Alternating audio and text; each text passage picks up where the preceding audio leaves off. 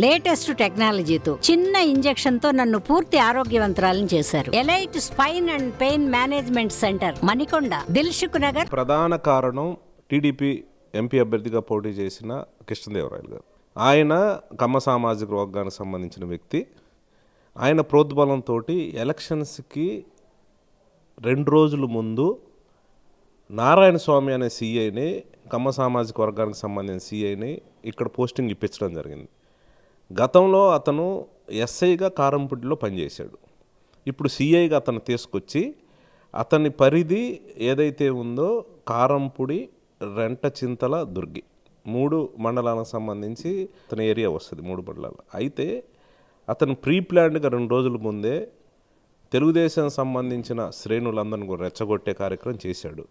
కానీ మిగతా వర్గాలు ఎక్కడా కూడా ఈ గొడవలు చేయడానికి ఇష్టపడని పరిస్థితుల్లో ఓన్లీ వాళ్ళ కమ్మ సామాజిక వర్గానికి సంబంధించిన ఎంపీ అభ్యర్థి కమ్మ సామాజిక వర్గం, ఒక సిఐ కమ్మ సామాజిక వర్గం, వాళ్ళ వర్గానికి సంబంధించిన విలేజెస్ ఏవైతే ఉన్నాయో ఆ 4 విలేజెస్లోనే సమన్వయం కోల్పోయి గొడవలు చేయడం జరిగింది. అక్కడున్న ఎస్సీ, ఎస్టీ, బీసీ మైనారిటీలు ఎవరైతే ఏజెంట్లుగా ఉన్నారో లాగేసేసి రిగ్గింగ్ చేసే ప్రయత్నం చేశారు. అడ్డొచ్చిన ఇష్టం వచ్చినట్టు కొట్టడం చేసే కార్యక్రమం చేస్తారు. మాచర్ల నియోజకవర్గంలో అరాచకం గత 15-20 సంవత్సరాలుగా అరాచకం ఎవరు చేస్తున్నారు? దాడులు, వేధింపులు, సాధింపులు, భూ కబ్జాలు, దోపిడీలు, మరి తప్పుడు కేసులు, పోలీస్ స్టేషన్లో ప్రజల్ని పెట్టి కొట్టించింది ఎవరు అనేది మాచర్ల నియోజకవర్గ ప్రజలందరికీ తెలుసు. ఈరోజు పోలీసుల మీద, మా మీద నెట్టడం అంటే ఎక్కడ దాడి చేశారు, ఎవరు మొదలు పెట్టారు అసలు దాడుల్ని? పరామర్శ పేరుతోటి కర్రలు, రాడ్లు, గొడ్డళ్లతోటి పరామర్శలకు బయలుదేరుతారా? ఈ విధంగా మాచర్ల నుంచి ఉదయం నుంచి సాయం పోగు చేసుకొని జనాలందరినీ కారంపూడి మీద పడి ఇష్టం వచ్చినట్టు కనపడ్డోళ్ళని కొట్టుకుంటూ, షాపుల్ని పగలగొట్టుకుంటూ, కార్లు తగలబెట్టుకుంటూ అరాచకం సృష్టించింది నువ్వు, ఆజ్యం పోసింది నువ్వు, అక్కడ ప్రజల్ని రెచ్చగొట్టింది నువ్వు. పాల్వాయిలో పోలింగ్ బూత్లో పోయే అధికారం నీకెవరు ఇచ్చారు? చూసుకోవాలి, నువ్వు రావాలి అభ్యర్థిగా. అక్కడే కూర్చొని హంగామా సృష్టించి కావాలని ఆ ప్రాంతాన్ని ప్రజల్ని రెచ్చగొట్టింది నువ్వు. ఈరోజు నేను అడుగుతా ఉన్నాను, ఫస్ట్ ఉదయం 6 గంటలకి రెంటాల గ్రామంలో దమనకాండ మొదలుపెట్టింది నువ్వు. మరి కేశవరెడ్డి వాళ్ళు నిలబడి ఉంటే సినిమాల్లో చూపించినట్టుగా 5 స్కార్పియోలు పెట్టుకొని తొక్కించుకొని పోతావా? ఏంటి నీ దురహంకారం? ఎన్నాళ్ళు నడుస్తుంది నీ రక్త చరిత్ర? నువ్వు అనుకుంటున్నావేమో అధికారం వస్తే ఏదో చేస్తానని. ఒక్కటి మాత్రం ప్రజలు తెగించిన రోజున నీ అధికారం కాదు, నీవు కాదు, నీ తాతలు లాంటి నియంతలు ఎంతోమంది కొట్టుకొని పోయారు ప్రజల ఆగ్రహం ముందు. 4 సార్లు నిన్ను గెలిపిస్తే ప్రజలకు నువ్వు ఇచ్చిన గిఫ్ట్ అన్నమాట. అందుకనే ప్రజలు సిద్ధమయ్యారు. ఇప్పటిదాకా నీ బాధలు, వేధింపులు, సాధింపులు, ఈ కక్షపూరితమైన దాడులు ఇవన్నీ కూడా చూసి ఈరోజు నేను భూస్థాపితం రాజకీయంగా చేయాలని నిర్ణయానికి వస్తే నువ్వు సహించలేక పోలీసులు అంటావు, కులాలంటావు. ఇక్కడ ప్రధానంగా మనం ఆలోచన చేయాల్సిన పరిస్థితి ఏముందనంటే ఎంపీకి ఒత్తాసుగా ఎంపీ చెప్పినట్టు చేయటానికి, ఎవరు కృష్ణదేవరాయలు చెప్పినట్టు చేయటానికి ఒక సిఐని ఒక ఏజెంట్గా పెట్టుకున్నారు ఇక్కడ. అలాగే ఎస్పీ కూడా, మా ఎస్పీ ఎవరైనా సరే హెడ్ క్వార్టర్లో, నర్సరావుపేట హెడ్ క్వార్టర్లో ఉండి 7 సెగ్మెంట్లు ఏవైతే ఉన్నాయో ఎక్కడెక్కడ పోలింగ్ ఎలా జరుగుతుంది, అయితే గొడవలు ఏం జరుగుతున్నాయి అనే దాని మీద మానిటర్ చేసుకుంటారు. కానీ ఒక ఎస్పీ ఖచ్చితంగా మాచర్లోనే ఉండి ఇక్కడే పక్క గ్రామంలో గొడవ జరుగుతూ ఉంటే పక్క గ్రామంలో ఉండి కూడా ఏమి కంట్రోల్ చేయలేని పరిస్థితి అంటే దాన్ని ఏ రకంగా అర్థం చేసుకోవాలి? ఒక నియోజకవర్గంలో ఎస్పీ ఉన్న తర్వాత కూడా గొడవలు జరిగినాయంటే అది కూడా గొడవలు జరిగిన ఈ 4 గ్రామాలు, ఈ 4 గ్రామాల్లో కూడా కమ్మ సామాజిక వర్గానికి సంబంధించిన వాళ్ళే గొడవలు చేశారు, వాళ్ళే ప్రేరేపించారు, వాళ్ళే రిగ్గింగ్లు చేసే కార్యక్రమం వాళ్ళే చేశారు. కానీ నియోజకవర్గంలో ఏ గ్రామంలో ఎక్కడా కూడా ప్రశాంతంగా జరిగిన పరిస్థితి, ఎక్కడా కూడా గొడవలు జరగలేదు.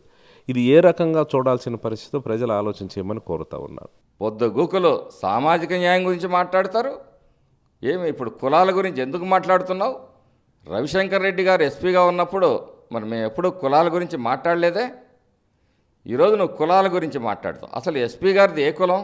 నువ్వు వేయించుకున్న పోలీస్ అధికారులు అక్కడ ఉన్నది.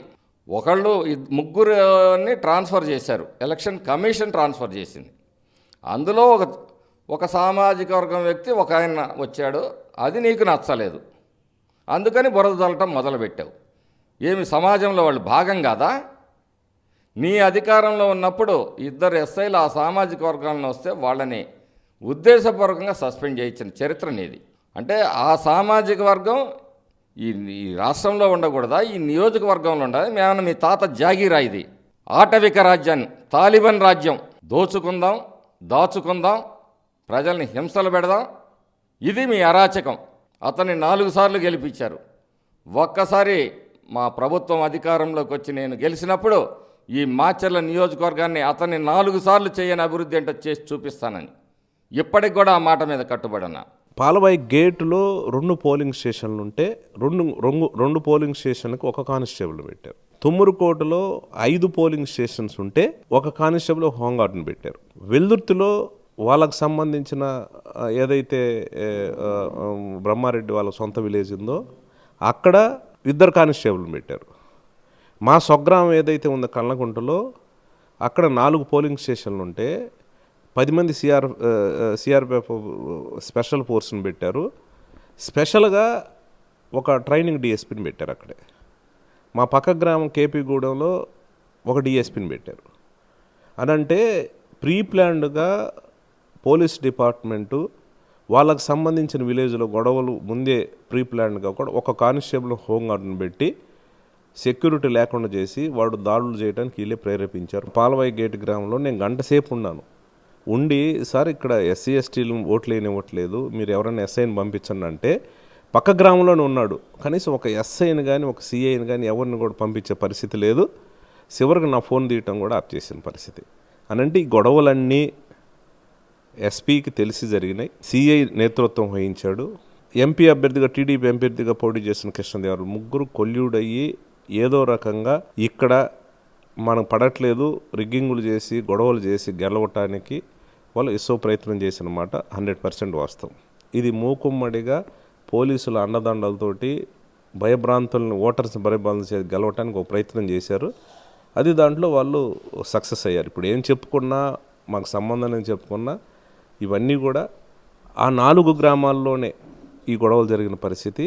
ఈ 4 గ్రామంలోనే కొంతమేర వాళ్ళు రిగ్గింగ్ చేసుకున్న మాట వాస్తవం. రెంటాలేంటి? కండ్లకుంటే గ్రామం కేపీ పుల్లారెడ్డిపురంలో రేఖ్యానాయక్ అనే అతన్ని బరిస్తో పొడిశారు, ఇల్లు గోలగొట్టారు. కండ్లకుంటలో ఇల్లు గోలగొట్టారు.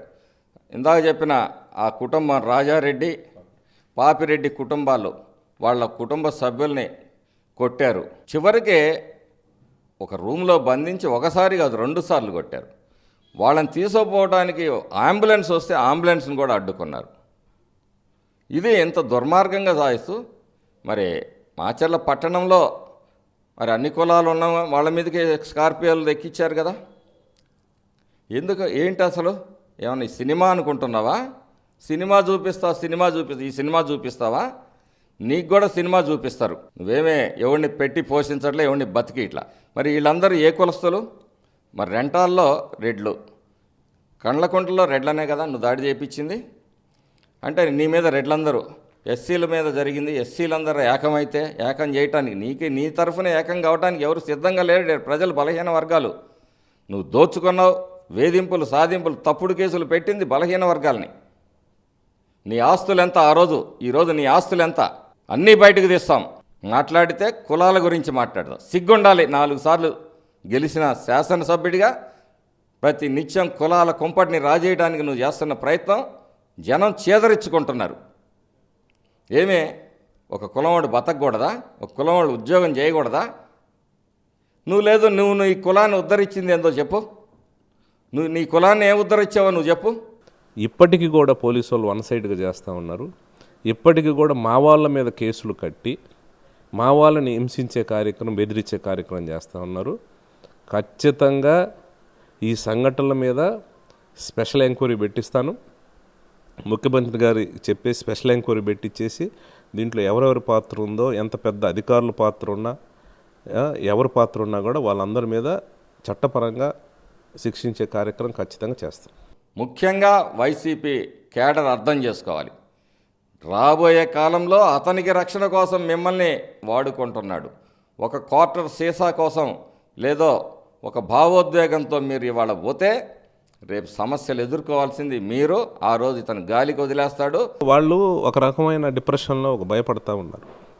ఎందుకంటే వరుసగా నేను 4 సార్లు శాసనసభ్యుడు ఎన్నికైనా మేము బలంగా ఏడుండి గెలుస్తూ వస్తూ ఉన్నాం కాబట్టి ఏదో రకంగా నన్ను నిలువరించాలి, ఏదో రకంగా ఆపాలి అని ప్రీ ప్లాన్డ్గా పోలీసుల డిపార్ట్మెంట్తో కొమ్మక్కై ఎలక్షన్ కోసం ముందే మేనేజ్ చేసి వాళ్ళు కావాలని ఎస్పీని కావాలని తీసుకొని వచ్చి వాళ్ళ సామాజిక వర్గానికి సంబంధించిన వ్యక్తి ఎవరైతే ఉన్నారో ఒక సిఐని కూడా 2 రోజుల ముందు ఇక్కడ పోస్టింగ్ వేయించుకొని నియోజకవర్గంలో ఎక్కడా గొడవలు జరగలేదు. ఆ 4 గ్రామాలలోనే గొడవలు చేసి కొట్టడం జరిగింది తప్పితే మిగతా ఇన్ని గ్రామాల్లో ఎక్కడా కూడా ఇప్పుడు మాచర్ల మండలంలో ఏ గ్రామంలో కూడా గొడవలు జరిగిన పరిస్థితి లేదు. నేను పారిపోయానని చెప్తున్నాడు. నేను ఎప్పుడు పారిపోలా, నువ్వు పారిపోతావు.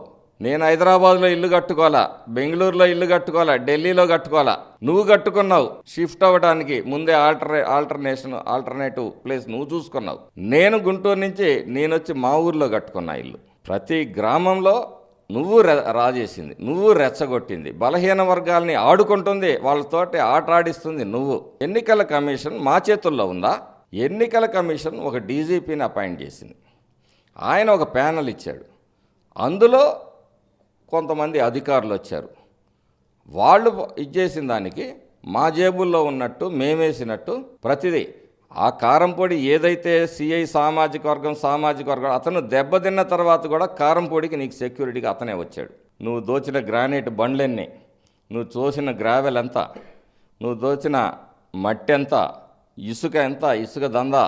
మార్కెట్ యార్డు కట్టింది రైతుల కోసం అయితే నువ్వు దాన్ని ఇసుక దందాగా వాడుకున్నావు తప్పితే రైతుల ప్రయోజనార్థం వాడలేకపోయావు. ప్రతి విషయం మీద మరి నువ్వు నీతివంతుడి సత్యసంధుడివే కదా, నువ్వు విచారణకు సిద్ధమా అని చెప్పి నేను అడుగుతా ఉన్నాను. నా మీద కూడా విచారణకు నేను సిద్ధంగా ఉన్నాను. నువ్వు విచారణకు సిద్ధమా? నీ అభివృద్ధి ఎంత అంటే ఒక వర్గం మీద నువ్వు కక్ష కట్టి మాట్లాడుకుంటూ అంటే ఈడ కమ్మ రెడ్డి కాపు ఏదో ఫీలింగ్ తీసుకొచ్చి నువ్వు లబ్ధి పొందాలా, అది నీ ఆలోచన. మరిన్ని వీడియోస్ కోసం ఛానల్ ని సబ్స్క్రైబ్ చేయండి. లేటెస్ట్ అప్డేట్స్ కోసం వాట్సాప్ ఛానల్ ని ఫాలో చేయండి. అండ్ లింక్ డిస్క్రిప్షన్ లో ఉంది.